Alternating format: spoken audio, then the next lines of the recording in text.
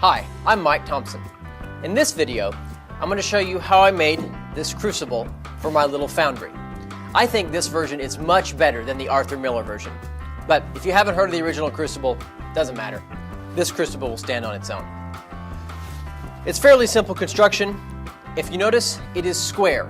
The reason it is square is because I had a square hole, and so I built a square peg to fit in it, because I wanted the maximum amount of volume to melt things in. So I have this nice rectangular crucible.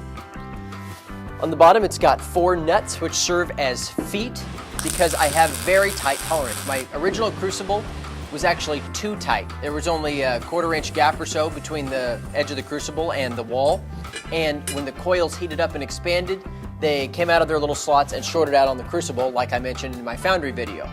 Well, this one's a little bit smaller, so make sure you have sufficient clearance between the edge of your crucible and the wall of your foundry or furnace. All of my gripping tools are made from just 1/4 inch rod. This one here has a little bit of spring action. It's overbent so that it clips into my 2 washers, and then I can lift it up like so.